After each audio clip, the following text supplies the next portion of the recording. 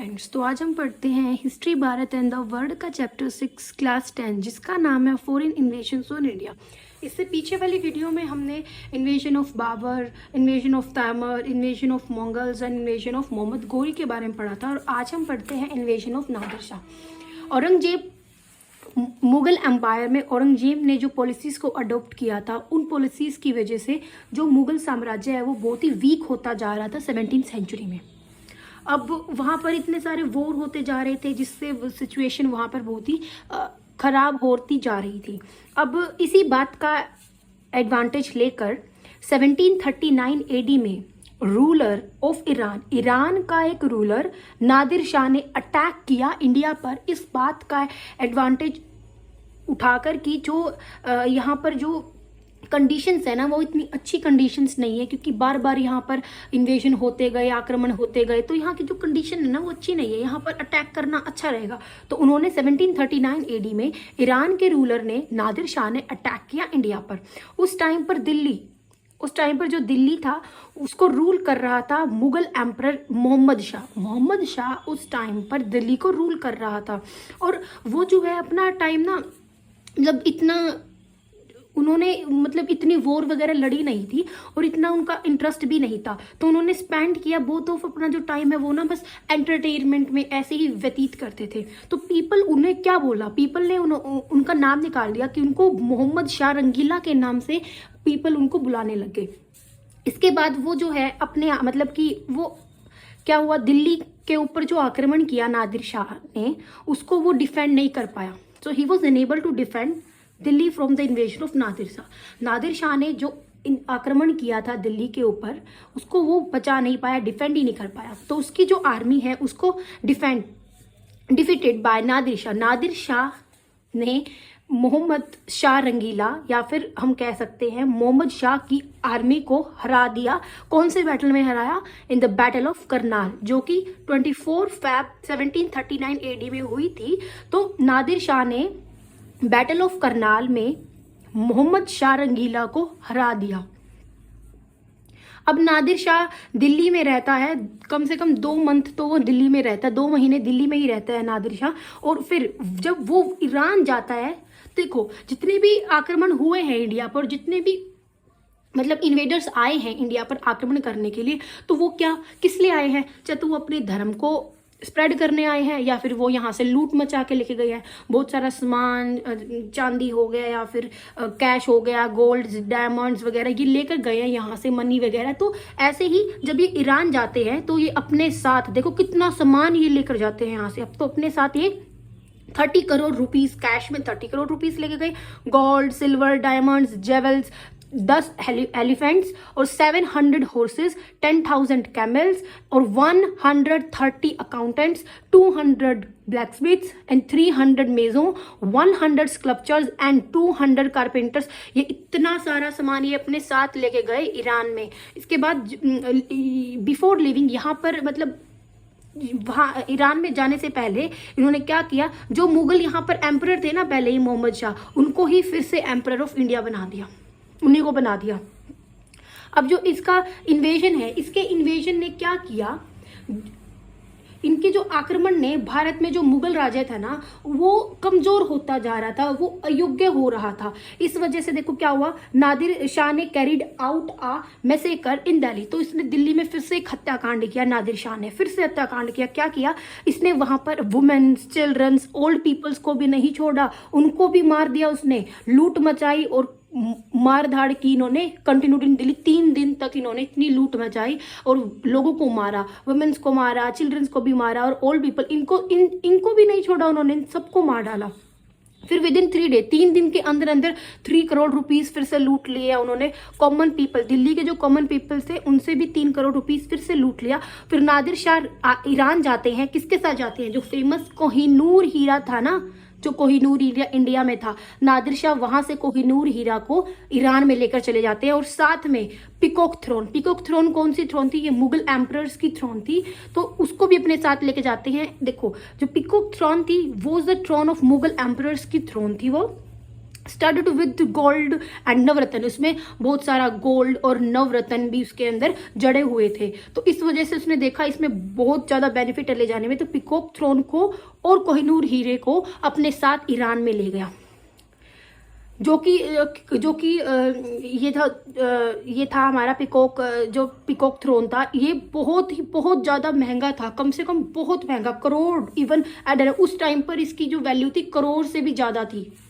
Mughal emperor Mohammad Shah fearing that Delhi would be plundered, अब मोहम्मद शाह ने ये सोचा कि जो दिल्ली है उसको तो इसने वो कर लिया, लूट बचा ली है, तो अब ये चाहता है कि जो पंजाब प्रोविंस है वो मेरे को प्रोविंस मुझे दे जाए। इसके बाद देखो invasion of Ahmad Shah Abdali की इन्वेशन के बारे में पढ़ते हैं। 1756 AD में अब्दली अटैक करता है इंडिया पर, उसने दिल्ली को लूटा बट प्रोसीड, फिर वो आगे गया, ईस्ट तक आगे गया, went on up to Mathura तक चला गया, वो ईस्ट में जाके मथुरा, दिल्ली को लूटा, फिर मथुरा तक गया वो। जो मराठास थे, तो power of the Marathas was emerging, India के अंदर मराठा की पावर्स जो है एमर्ज हो रही थी। तो व्हेन दे स्टॉप अब्दली, जब उन्होंने अब्दली को स्टॉप किया, जो मराठास से रिमूव कर देते हैं अब्दली के ट्रस्टेड पीपल। अब पंजाब में क्या होता है, जो अब्दली था उसने अपने जो इसके वफादार व्यक्ति थे उनको इन्होंने पंजाब में छोड़ रखा था। तो क्या हुआ, मराठास ने उन सभी ट्रस्टेड पीपल, जो अब्दली के ट्रस्टेड पीपल थे, उनको वहां से रिमूव कर दिया और खुद का जो ट्रस्टेड मैन है अदीना बेग, उसको पंजाब का गवर्नर बना दिया। उसके तो लोगों को हटा दिया और अपने लोगों को मराठास ने पंजाब में गवर्नर बना दिया। तो दिस मेड अब्दली, इस वजह से जो अब्दली है बहुत ही गुस्सा हो गया कि ये क्या किया, मेरे वालों को हटा दिया और खुद लगा दिया। तो इसको इतना गुस्सा हुआ कि इसने इंडिया पर अटैक किया और मराठास कन्फ्रंटेड हिम, और मराठास ने उसका सामना किया। अब यहाँ पर होती है third battle of Panipat. First battle of Panipat होती है 1526 AD में, किस के बीच में होती है, बाबर के बीच में और इब्राहिम लोदी के बीच में। जीतता कौन है, बाबर जीतता है। फिर सेकंड बैटल ऑफ पानीपत जो है वो होती है अकबर के बीच में। कब होती है, अकबर और हेमू। हेमू कौन था, हेमू जो था ना वो जनरल था, किसका जनरल था, वो मोहम्मद आदिल शाह, मोहम्मद आदिल शाह का जनरल था हेमू। और हेमू के बीच में और अकबर के बीच में 1556 में सेकंड बैटल ऑफ पानीपत होती है, जिसमें जीतता है अकबर। तो फर्स्ट में भी बाबर जीतता है, सेकंड में अकबर जीतता है। फिर अकबर के बाद यहाँ होती है third battle of Panipat. Third battle of Panipat took place between the two armies, दो आर्मीज के बीच में होती है। कब होती है, 14 जनवरी को 1761। अब दो आर्मीज कौन थी, एक तो मराठास थे और दूसरे थे अहमद शाह अब्दली। तो मराठास, अब इसमें इन दोनों के बीच में होती है ये थर्ड बैटल ऑफ पानीपत। तो इसमें कौन हार जाते हैं, मराठास इसमें हार जाते हैं। अब अब्दली वाज गिवन, अब्दली को बहुत ज्यादा मनी मिलती है मुगल नोबल्स के द्वारा और डिक्लेयर करता है शाह आलम को मुगल एम्परर का जो है, अब जो मुगल एम्परर है वो अब उसको कौन संभालेगा। उन्होंने क्या किया, शाह आलम को मुगल एम्परर बना दिया वहां का। On his way back from Delhi जब वो जा रहा था यहाँ से लूट पाट कर तो उसने शाह आलम को अपना यहाँ का मुगल एम्परर बना दिया। इसके बाद देखो 1767 AD में उसने फिर से अटैक किया दिल्ली के ऊपर और अब्दली इन्वेजन कोस्ट, अब्दली के जो इन्वेजन हुआ था, जो अब्दली ने आक्रमण किया था इंडिया के ऊपर, उसने बहुत ज्यादा इंडिया के ऊपर इकोनॉमिक और पॉलिटिकल लॉस किया इंडिया पर। अब्दली डिफीट करता है मराठास को थर्ड बैटल ऑफ पानीपत में और एंडिंग देयर पॉसिबिलिटी, और उनकी जो पावर थी, वो जो इस्टेब्लिश कर रहे थे अपनी पावर को दिल्ली के ऊपर, उन्होंने इनको इस तरीके से हराया कि वो दोबारा कभी भी पावर को इस्टेब्लिश नहीं कर पाए दिल्ली पर।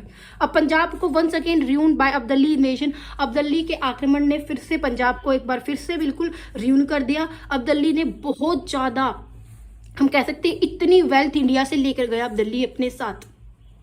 Marathas plan to conquer India by defeating Abdali suffered a major setback after the decline of their power. अब जैसे after the decline of their power, अब उनकी पावर डिक्लाइन हो रही थी मराठास की, तो ईस्ट इंडिया कंपनी आ जाती है कहाँ, इंडिया में। अब पहले तो देखो कितने आक्रमण हुए, कितनी हमारी वेल्थ यहाँ से लूट कर दूसरी कंट्रीज में गई। अब उसके बाद आ जाती है ईस्ट इंडिया कंपनी, जो कि यहाँ ट्रेडिंग के काम से आती है, ट्रेड करने आती है, लेकिन यहाँ पर सारा एडमिनिस्ट्रेशन वो अपने अंडर में कर लेती है। तो एंड प्लंडर्ड इंडिया, बहुत साल तक इंडिया को उन्होंने लूटा ईस्ट इंडिया कंपनी ने। Between the 7th and 18th century India को attacked by the foreign invaders. अब पता है देखो 7th सेंचुरी से लेकर 18th सेंचुरी तक इंडिया को बहुत अलग अलग टाइप के फॉरेन इन्वेडर्स ने लूटा, वन आफ्टर वन, एक के बाद दूसरा, दूसरे के बाद फिर आगे, ऐसे आते रहे। लेकिन इंडियंस ने हार नहीं मानी। इंडियंस ने पूरी ब्रेवरी के साथ, पूरी बहादुरी के साथ उनका सामना किया, लड़े, कभी हारे कभी जीत गए। अब इसके बाद यहाँ पर क्या आती है, ईस्ट इंडिया कंपनी यहाँ पर अपना मतलब काम शुरू करती है यहाँ पर। अब इसके बाद देखो नेचर ऑफ फॉरेन इन्वेजन्स, जो आक्रमण हुए थे उनका नेचर कैसा थी, प्रकृति कैसे थी उनकी। जितने भी main features of these foreign invasions from the 7th century to 18th century ये है। देखो जितने भी आक्रमण करने वाले हमारे इंडिया पर आक्रमण हुए थे, आक्रमणकारी आए थे, इन्वेडर्स आए थे, वो कौन थे, सारे के सारे इस्लामिक थे, सिर्फ और सिर्फ मंगोल्स को छोड़कर। मंगोल्स इन्वेजन्स हुए, उन मंगोल्स इन्वेजन्स को छोड़कर जितने भी ये इन्वेजन्स हुए सारे के सारे इस्लामिक इन्वेजन्स थे। मोस्ट ऑफ द इन्वेडर्स, बहुत सारे इन्वेडर्स ने क्या किया, आक्रमणकारियों ने क्या किया, किसकी हेल्प ली, जिहाद। एक जैसे इस्लाम जो धर्म है ना उनका, उसके अंदर जो है आपस में लड़ाइयाँ होती रहती है, आपस में दुश्मनों के साथ लड़ाइयाँ होती रहती है, तो इन्वेडर्स ने उनकी भी हेल्प ली थी। Plundering and killings took place, देखो लूटपाट तो हुई और बहुत सारे लोगों की जानें भी गई है। जो स्प्रेड ऑफ, उनका मेन मोटिव क्या था, वैसे उनका मेन जो मोटिव था उनका अपने धर्म, मतलब जो उनका धर्म था इस्लाम, उसको स्प्रेड करना था इंडिया में। लेकिन ज़्यादा हद तक सक्सेस नहीं हो पाए वो, कुछ हद तक ही सक्सेस हुए, कुछ ही लोगों ने अपने धर्म को कन्वर्ट किया। तो उन्होंने क्या किया, स्प्रेड ऑफ इस्लाम, उनका मेन जो ऑब्जेक्टिव था इन्वेजन्स का, ये क्या था, स्प्रेड करना इस्लाम को। और उन्होंने फोर्स तरीके से लोगों का जो रिलीजन है उसको भी कन्वर्ट करवाया, लेकिन ज़्यादा हद तक सक्सेस नहीं हो पाए वो। अब जितने भी इन्वेडर्स थे जिन्होंने इंडिया पर अटैक किए, इंडियन पीपल्स ने पूरी अच्छी तरीके से बहादुरी के साथ उनका सामना किया, कभी वो जीत गए कभी वो हार गए। अब जो इन्वेडर्स थे वो सक्सेसफुल इन गेटिंग विक्ट्री। अब जितने भी इन्वेडर्स थे सबको सक्सेसफुल, सारे के सारे सक्सेस हो गए ना इन्वेडर, जितने इंडिया के ऊपर जीत हासिल करने में, लूटपाट मचाने में, टेम्पल्स तोड़ने में, यहाँ से सामान उठा के कोहिनूर हीरा भी ले गई यहाँ से, और कितने सारे डायमंड जेम्स, टेम्पल्स तोड़ दिए, मूर्तियाँ तोड़ दी, सब कुछ वो तबाह करके इंडिया को लूट कर चले गए सब के सब। हिंदू रूलर्स जो थे वो अपने जो इनके आइडियल्स थे, इनके जो मोरल्स थे, इनको ही फॉलो कर रहे थे ये वॉर के अंदर। और मोस्ट ऑफ जो इन्वेडर्स थे उन्होंने क्या किया, जितने भी आक्रमण हुए इंडिया पर, उनमें से कुछ एक आक्रमण, कुछ एक नहीं मतलब मोस्ट ऑफ हम कह सकते हैं, उन्होंने डिस्ट्रॉयड किए इंडिया की लार्जेस्ट एस्टेब्लिशमेंट। जितने यहाँ पे मंदिर थे, इतने बड़े बड़े मंदिर थे, सोमनाथ मंदिर हो गया, जैसे यूनिवर्सिटी थी जैसे नालंदा यूनिवर्सिटी, कितनी बड़ी बड़ी जो इस्टेब्लिश किए हुए थे, कल्चरल सेंटर्स थे, टेम्पल्स थे of Indian knowledge, tradition, carrier of cultures, और ये सब के सब उन्होंने तोड़ दिए, जिससे हिंदूज रूलर का कॉन्फिडेंस बिल्कुल खत्म हो गया। अब सारी चीज़ें तो तोड़ी दी उन्होंने हमारी। अब जो आर्मीज थी टर्क्स की और अरब्स की, और equipped with the horse's of good breeds, जो आर्मीज थी ना टर्क्स की और अरब्स की, वो अच्छे ब्रीड्स के हॉर्सेज रखते थे जिनसे उनको बहुत हेल्प मिलती थी। लेकिन इंडियंस जो थे वो एलिफेंट्स को रखते थे, हिंदू रूलर्स जो थे एलिफेंट्स को रखते थे। और कई ना कई बार क्या हुआ है ना, वो जैसे वॉर होता है तो लोगों को पता चल जाता है ये एलिफेंट्स को यूज करेंगे। एलिफेंट्स इतने फास्ट मूव नहीं कर पाते हैं, इतना हेल्पफुल नहीं होते जितना कि हॉर्सेज इतना फास्ट भागते हैं। इसके बाद मिस्टेक्स क्या थी इंडियन रूलर्स की, पहले तो देखो हमें पता है जब अल हजाज गवर्नर ने कंपनसेशन मांगा था दाहिर से, दाहिर ने मना किया था देने से, क्योंकि दाहिर की गलती ही नहीं थी। अब दाहिर ने जो अरब्स श्रीलंका से आगे जा रहे थे, अरेबिया जा रहे थे जो अरब्स, उनको पायरेट्स ने लूटा था। दाहिर का कोई हाथ नहीं था इसमें, लेकिन दाहिर ने अटैक ही नहीं किया था मोहम्मद बिन कासिम की आर्मी को, उसने अटैक ही नहीं किया था, वो क्यों दे। लेकिन फिर भी उसकी आर्मी, क्योंकि उसकी आर्मी जो है, जो उनके सिख घोड़े हैं उनका ट्रीटमेंट कर रही थी, दाहिर ने कुछ नहीं किया था। एक तो ये मिस्टेक थी इंडियन रूलर्स की, यहाँ पर उन्होंने अटैक करना शुरू किया था इस वजह से। एक पृथ्वीराज चौहान, जो पृथ्वीराज थर्ड था, जब गौरी के बीच में पृथ्वीराज चौहान के बीच में फर्स्ट बैटल ऑफ तारेन हुआ था, उसमें पृथ्वीराज चौहान थर्ड जीत चुका था, लेकिन गौरी ने माफी वगैरह मांग कर वहां से वो चला गया। ये सबसे बड़ी गलती थी, जब पृथ्वीराज चौहान ने गौरी को वापस जाने दिया, उसको मार देते तो सेकंड बैटल ऑफ तारेन नहीं होती, जिसमें पृथ्वीराज को मार देता है गोरी। तो अगर इसको जाने ही नहीं देते तो सेकंड बैटल ऑफ तारिन होती ही नहीं, ना वो इतनी लूट पाट लेकर जाता, ना लोगों को मारता। ये बहुत ही बड़ी गलती थी। अब देखो, आनंद पाल ने अटैक नहीं किया था मोहम्मद को, जो कि फाइट कर रहा था for life and death with इलाक खान। आनंद पाल ने भी अटैक नहीं किया था मोहम्मद ने, जैसे दाहिर ने नहीं किया था। अब Ibrahim Lodi allowed to exhausted Mughal army of Babur to rest for. अब देखो क्या हुआ, जो फर्स्ट बैटल ऑफ पानीपत हुआ था बाबर के बीच में और इब्राहिम लोदी के बीच में, इब्राहिम लोदी कहीं ना कहीं जीत ही रहा था, लेकिन उसने क्या किया, मुगल आर्मी जो बाबर की मुगल आर्मी थी उसको 7 दिनों तक उसने रेस्ट दिया कि रेस्ट कर लो फिर लड़ाई करते हैं। देखो ऐसा कौन करता है, रेस्ट दे दिया 7 दिनों का उन्होंने, और 7 दिनों के बीच में वो ऐसे तो है नहीं, रियल में ही रेस्ट करेंगे नहीं ना। तो 7 दिनों के बीच में उन्होंने बड़े बड़े खड्डे जो है उन्होंने शुरू कर दिया उन्होंने खोदने, जिससे कि उनको हेल्प मिले बाद में। तो इस वजह से देखो 7 दिन की ये भी बहुत ही बड़ी मिस्टेक थी, ये सारी की सारी ये बहुत बड़ी मिस्टेक्स थी, इंपॉर्टेंट है, इनको रिवाइज कर लेना, इनको माइंड में रख लेना।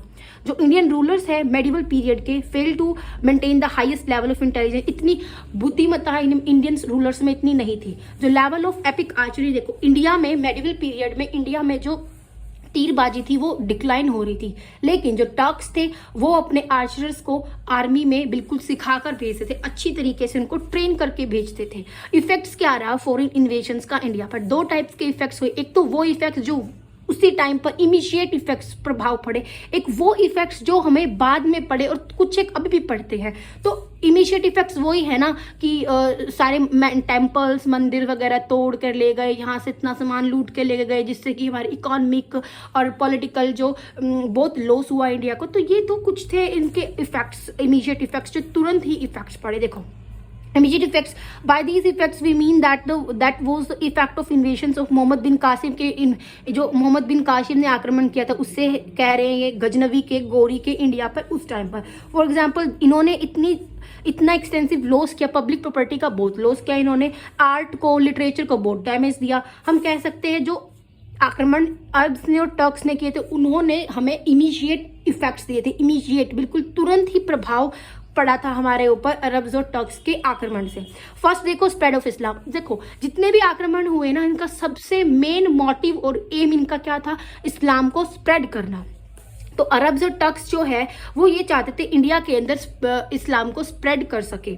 After taking over northern India को अपने कब्जे में करने के बाद उन्होंने शुरू किया इस्लाम को स्प्रेड करना बहुत ही जल्दी जल्दी। उलमा और मौलवीज और उलमा कौन सी कैटेगरी है, जैसे हिंदूज में ब्राह्मण होती है ना, ऐसे ही मुस्लिम्स में उलमा और मौलवीज कैटेगरी होती है, जो क्या हुए इंडिया में आए इन्वेडर्स के साथ ताकि वो इस्लाम को फैला सके इंडिया में। दे स्प्रेड इंडिया के अंदर उन्होंने इस्लाम को स्प्रेड किया। अब ये देखा उन्होंने seeing the failure of this policy of sword greed. अब देखो अगर वो ऐसे नहीं मानते तो उनको लालच दे के मनवाते हैं, बट जो इस्लाम है इंडिया में इतना स्प्रेड हो ही नहीं पाया जितना उन्होंने सोचा था, बस लिमिटेड ही स्प्रेड हो पाया। सेकंड है loss of lifes and wealth. Ghaznavi ने अटैक किया था इंडिया पर बहुत टाइम्स, 1000 AD से लेकर 1025 AD तक उसने अटैक किया। उसका पर्पस क्या था अटैक्स करने का मोहम्मद का, ताकि उसको वेल्थ मिले। अब ही वो सक्सेसफुल इन टेकिंग अवे, वो नागरकोट कनौज मथुरा सोमनाथ से वेल्थ लेने में सक्सेसफुल रहा। इसके बाद उसका गोल क्या था, इसका गोल मनी का नहीं था। बाद में जाकर इसने जो अभियान शुरू किया था उसमें इन्होंने हत्याकांड जैसी चीज़ों के बारे में लोगों को डिस्क्राइब किया था कि ऐसे ऐसे इसके बारे में उसने बहुत सारे पीपल्स को मार डाला। जो यूनिवर्सिटीज थी नालंदा यूनिवर्सिटी और विक्रमशिला यूनिवर्सिटी उनको जला दिया, जिससे कि इंडिया के ऊपर इमीशिएट प्रभाव पड़ा। और इन दोनों अटैक्स में ही इंडिया को बहुत ज़्यादा लॉस हुआ, जिंदगियों का भी, लाइफ भी बहुत सारी गई और वेल्थ भी गया। बैड पॉलिसी ऑफ वॉर, जो बैड पॉलिसी थी वॉर की, इंडियंस बैड पॉलिसी वो स्ट्रेटेजी, वो पहले जो इंडियंस की जो पॉलिसी थी वॉर की वो पहले ही एक्सपोज हो गई थी फॉरेन इन्वेशंस के, फॉरेन जो आक्रमण हो रहे थे विदेशी, उनको पता चल गया था पहले ही इंडिया की पॉलिसीज के बारे में। जो इंडियन रूलर है वो मोस्टली एलिफेंट्स को यूज करते हैं आर्मी में, लेकिन जो टर्क्स होते हैं वो हॉर्सेस को यूज करते हैं। हॉर्सेस को इसलिए यूज करते हैं वो क्योंकि जो हॉर्स होते हैं वो बहुत फास्ट और बहुत जल्दी जल्दी भागने में हेल्प करते हैं, मुड़ भी जाते हैं, वो जल्दी ही मुड़ जाते हैं एलिफेंट्स की कंपैरिजन में। इस वजह से उन्होंने क्या किया, हॉर्सेस को यूज किया। एडिशन जो मिलिट्री ऑर्गेनाइजेशन थी इंडियंस की वो बहुत ही वीक थी। टर्क्स के पास इतनी ज्यादा बहुत ही कम आर्मी थी, लेकिन फिर भी उनकी जो जैसे इंडियंस है उनसे तो बहुत ही ज़्यादा अच्छी तरह से लड़ाई की उन्होंने और इंडियंस को हरा दिया। इसके बाद Mohammad Ghori second battle of Tarain भी जी जाता है, क्योंकि उसके पास बहुत स्मॉल आर्मी थी लेकिन उसके पास हॉर्सेस थे और इंडियंस के पास एलिफेंट्स थे। एलिफेंट्स की हेल्प से वो लड़ रहे थे, इसी वजह से वो हार जाते हैं Indians. Blow to art and literature. Art and literature में ब्लो देखो, डिस्ट्रक्शन ऑफ इंडियन टेम्पल्स को डिस्ट्रक्शन हुआ, बहुत सारे इंडियन टेम्पल्स को तोड़ दिया, मूर्तियों को तोड़ा और गजनवी ने बहुत अटैक किया, बहुत ही ज़्यादा वेल्थ को लेके गया वो अपने साथ। इसके बाद buildings, shrines, temples at Thaneshwar के टेम्पल्स, नागरकोट के, मथुरा, कनौज, सोमनाथ के सारे टेम्पल्स को तोड़ दिया, बिल्कुल ख़त्म कर दिया। और जो आर्ट स्क्रप्चर्स, स्पेसिमेंट्स थे सबके सब हमेशा के लिए डिस्ट्रॉय कर दिए। मोहम्मद ने टेम्पल्स को ही और मूर्तियों को ही नहीं तोड़ा, उसने बहुत सारे टैलेंटेड आर्टिस्ट को, क्राफ्टमैन्स को अपने साथ गजनी लेके गया और उन सबको मार दिया। इनके जो एक्शन से बहुत ही गंदा इफेक्ट पड़ा इंडियन आर्किटेक्चर पर। अटैक्स ऑन टेम्पल्स के ऊपर जो अटैक्स हुए, गौरी ने अटैक्स किए बहुत सारे। ये attacks on temple was not visible in गौरीज attack. Gauri के अटैक, जो गौरी ने अटैक किए थे टेम्पल्स के ऊपर, इतना नहीं दिखाया, लेकिन जो गौरी के जनरल थे उन्होंने बहुत ज्यादा डैमेज दिया है इंडियंस को। For example Bakhtiyar Khilji. अब बख्तियार खिलजी ने क्या किया था, नालंदा यूनिवर्सिटी को क्या किया, फायर जला दिया बिल्कुल उसको। मैनी प्राइजलेस बुक्स, जितनी भी वहाँ पे बुक्स थी या मैन्यूस्क्रिप्ट थे, सारे के सारे जलकर राख हो गए, जिससे हमें आज तक भी हमें कुछ पता नहीं चलता उनके बारे में। अब establishment of Turk power in India. India के अंदर जो टर्क्स की पावर है वो इस्टेब्लिशमेंट देखो, Turk invasion led to the establishment of Turk power in India. This was the most wide spread immediate effects. अब टर्क की जो पावर है इंडिया में स्टैब्लिश होना शुरू हो गई, जिस ये कि जो बहुत ही ज़्यादा बिल्कुल उसी टाइम पर तुरंत प्रभाव पड़ा इंडिया के ऊपर टर्क्स इन्वेजन का। तो आक्रमण हुए थे, टर्क्स ने किए थे। गौरी ने कैप्चर किया पंजाब को, ऑक्यूपाई किया, इसके अंदर के इंडिया के इंटीरियर पार्ट्स को भी अपने कंट्रोल में किया। After the second battle of Tarain, second battle जो हुई थी तारेन के बाद, उसने दिल्ली को भी अपने अंडर में कर लिया, कनौज को कर लिया, अजमेर, मथुरा, गुजरात को अपने अंडर में कर लिया धीरे धीरे उसने। जो स्लेव्स थे मोहम्मद गौरी के, उन्होंने क्या बहुत सारे एरियाज, इंडिया के एरियाज को अपने कब्जे में कर लिया। उस टाइम पर गौरी की डेथ हो, after the death of Gauri की डेथ के बाद 1206 एडी में टर्क एम्पायर जो है, टर्क का जो साम्राज्य है वो इंडिया में स्टैब्लिश होना शुरू हो गया। इसके बाद देखो फार रीचिंग इफेक्ट्स, जो बाद में इफेक्ट्स जिनका बाद में प्रभाव पड़ा। पहले तो है एस्टेब्लिशमेंट इन इस्लामिक स्टेट इन इंडिया। इंडिया के अंदर जो इस्लामिक स्टेट की स्टैब्लिशमेंट हुई हर्ष की डेथ के बाद, अर्ली मेडिवल पीरियड में सेंट्रल अथॉरिटी, जो हमारी सेंट्रल लेवल पर अथॉरिटी थी, वो बहुत ही वीक होती जा रही थी। राजपूत रूलर्स जो थे डिपेंडेंट थे फिडेटरीज के ऊपर। With the establishment of Turk rule का इस्टेब्लिशमेंट होने के बाद जो सेंटर लेवल है वो बहुत ही एकदम से बहुत पावरफुल बन जाती है। सुल्तान वो सोवरीन एंड इंडिपेंडेंट रूलर, जो सुल्तान था वो इंडिपेंडेंट रूलर था, अपनी मर्जी से ही काम कर रहा था जो भी था। और जो पावर थी सुल्तान के, दिल्ली में जो सुल्तान की पावर थी वो डिफरेंट थी and greater than that of the earlier. जो इंडियन रूलर्स थे उनसे तो बहुत ज़्यादा पावरफुल था सुल्तान ऑफ दिल्ली और उसकी पावर्स भी। जो नेचर था स्टेट का ओवर सल्तनत that was establish under sultan was that of Islamic state in which the ulemas had influence. अब जो उल्लम्स थे उन्होंने क्या किया, बहुत हद तक स्प्रेड किया उन्होंने अपने रिलीजन को। अब डिक्लाइन ऑफ फ्यूडल सिस्टम का डिक्लाइन हो जाता है। Feudal system of Rajput period decline after the Turks के इन्वेजन के बाद फ्यूडल सिस्टम, जो राजपूत का फ्यूडल सिस्टम था वो बिल्कुल खत्म हो जाता है, धीरे धीरे खत्म होना शुरू हो जाता है। ये जो रूलर्स थे इन्होंने रिमूव किया main Rajput chieftains from there post. जो राजपूत सरदार थे उनको जो पोस्ट थी वहां की पोस्टों से हटा दिया। फ्यूडेटरीज का कोई काम नहीं है, राइट नहीं है उनके पास रूल करने का, फ्यूडेटरीज को भी हटा दिया। जो अथॉरिटी थी वो कंसंट्रेट इन अब सुल्तान के हाथ में आ जाती है वो सारी की सारी जो पावर है। इसकी वजह से political economic integration during this period, the sultan couldn't completely eliminate the Rajput chieftains.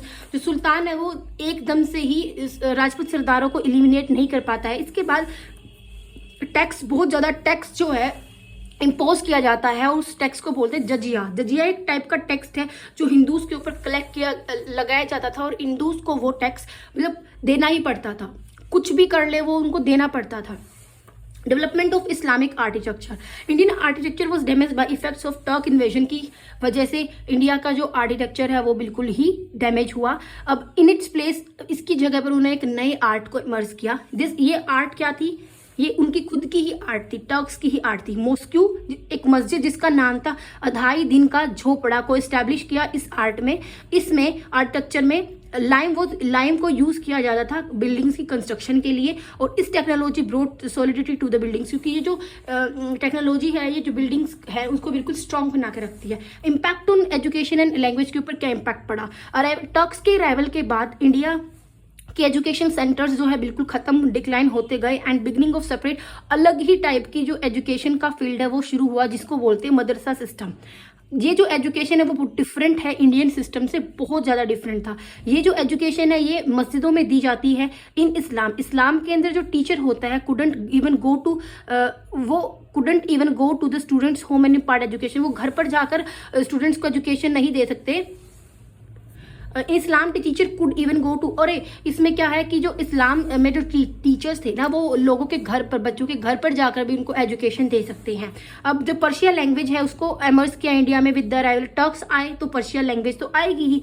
Turks ruler ने प्रायोरिटी दी इसी लैंग्वेज को अपने ऑफिशियल फंक्शंस में। सोल्जर्स, स्कॉलर्स को भी इसी लैंग्वेज को यूज करने के लिए बोला गया। अब देखो इसी वजह से हम कह सकते हैं, we can say that from the 7th century से लेकर 18th सेंचुरी के बीच में इंडिया को बहुत बार अटैक किया गया विदेशी आक्रमणों ने। बहुत विदेशी जो आक्रमणकारी थे, इन्वेडर्स, उन्होंने इंडिया को 7th सेंचुरी से लेकर 18th सेंचुरी के बीच में बहुत ज़्यादा इन्होंने आक्रमण किए, एक के बाद एक, और फिर बाद में जाकर ब्रिटिश की जो ईस्ट इंडिया कंपनी है वो यहाँ पर आ जाती है। अब देखो, ऑल दो इंडिया का जो सोशल है, रिलीजियस बैकग्राउंड है, Indian philosophy, culture, economic situation, political outlook, इन सबको बहुत ज़्यादा, इनके ऊपर बहुत ज़्यादा प्रभाव पड़ा था इन इन्वेशंस के कारण। Indian culture, religion, civilization kept themselves intact. The constant resistance of, देखो अब ये नहीं है कि इंडियन स्टूडेंट ने कुछ नहीं किया, वो बैठे बैठे देखते रहे कि आ गए मार दिया, नो। उन्होंने क्या किया, जब अगर वो आते हैं तो उनका बिल्कुल बहुत ही बहादुरी के साथ उन्होंने सामना किया, ताकि कुछ हद तक जो है ये जो आक्रमण हो रहे हैं उनको रोका जा सके। अब अब उनका मेन मोटिव था स्प्रेड करना इस्लाम को, लेकिन there was a limited spread of Islam का। सिर्फ कुछ ही सक्सेस हो पाए, वो इतना सक्सेस नहीं हो पाए, थोड़ा ही स्प्रेड हो पाया इस्लाम इंडिया में। पॉलिटिकल जो इन्वेडर से had come success, but culturally India remain invisible. इतना नहीं हो पाया जितना उन्होंने सोचा था। अब जो यहाँ इसके जो शॉर्ट क्वेश्चन है, हम शॉर्ट क्वेश्चन के बारे में पढ़ते हैं। यहाँ पे जो 10 क्वेश्चन है। अब अरब्स जो है, पहला इन्वेड अरब्स ने कब किया था? 636 AD में किया था। मुंबई के पास एक पोर्ट है जिसका नाम है थाना, वहां पर अरब्स ने फर्स्ट इन्वेड किया था। नाम क्या था? Hindu king of the Sindh region of undivided India 1712 AD में जो हिंदू किंग था सिंध का, उसका क्या नाम था? दाहिर था। दाहिर कौन? जिसमें अल हजाज ने कंपनसेशन मांगा था दाहिर से, लेकिन दाहिर की कोई गलती ही नहीं थी, दाहिर ने नहीं दिया, तो वो दाहिर यहाँ का सिंध प्रोविंस का राजा था, अनडिवाइडेड इंडिया का। अब कितनी बार अरब्स ने सिंध पर कब्जा किया? कितने सालों तक? 75 ईयर्स तक। How many times India, Mohammad Ghaznavi में इंडिया को कितनी बार अटैक किया? 17 बार। और 17 बार इसका मेन मोटिव था इस्लाम को स्प्रेड करना। और which state is the most world famous Somnath temple कहाँ पर लोकेटेड है? कौन सी स्टेट में? गुजरात में है भाई। 1191 AD में किस के बीच में battle fought in the plains of Tarain के प्लेन्स में किस के बीच में बैटल होती है? पृथ्वीराज चौहान थर्ड के बीच में, मोहम्मद गौरी, जिसमें पृथ्वीराज चौहान जीत जाता है फर्स्ट बैटल ऑफ तारेन में। लेकिन वो क्या करता है, गलती ये थी कि वो मोहम्मद गौरी को वापस भेज देता है, माफ कर देता है, और जिसमें सेकेंड बैटल ऑफ तारेन में मोहम्मद गौरी पृथ्वीराज चौहान को हराकर मार देता है। ये बहुत बड़ी गलती थी। अब मंगल्स का जो पावरफुल लीडर है वो कौन सा है? Genghis Khan. अब फर्स्ट बैटल ऑफ पानीपत कब होती है? 1526 AD में होती है। किस के बीच में होती है? वो बाबर के बीच में और इब्राहिम लोधी के बीच में, जिसमें बाबर जीत जाता है। What was the name of invader who plundered the Kohinoor, जो कोहिनूर हीरा को इंडिया से लेके गया था, कौन था वो? नादिर शाह ईरान का, जो कोहिनूर हीरे के साथ साथ मुगल्स का जो थ्रोन है, पीकॉक थ्रोन, भी अपने साथ ले जाता है। अब थर्ड बैटल ऑफ पानीपत कब होती है? वो होती है मंगल्स के बीच में और अब्दली के बीच में होती है, ठीक है। और कब होती है वो? 14 जनवरी 1761। अहमद शाह अब्दली के बीच में और मराठास के बीच में थर्ड बैटल ऑफ पानीपत होती है 14 जनवरी 1761। तो ये जो चैप्टर है फॉरेन इन्वेजन ऑन इंडिया, ये हमारा आज कंप्लीट होता है। चैनल को सब्सक्राइब करना ना भूलें, वीडियो को लाइक और शेयर जरूर करें। Thank you.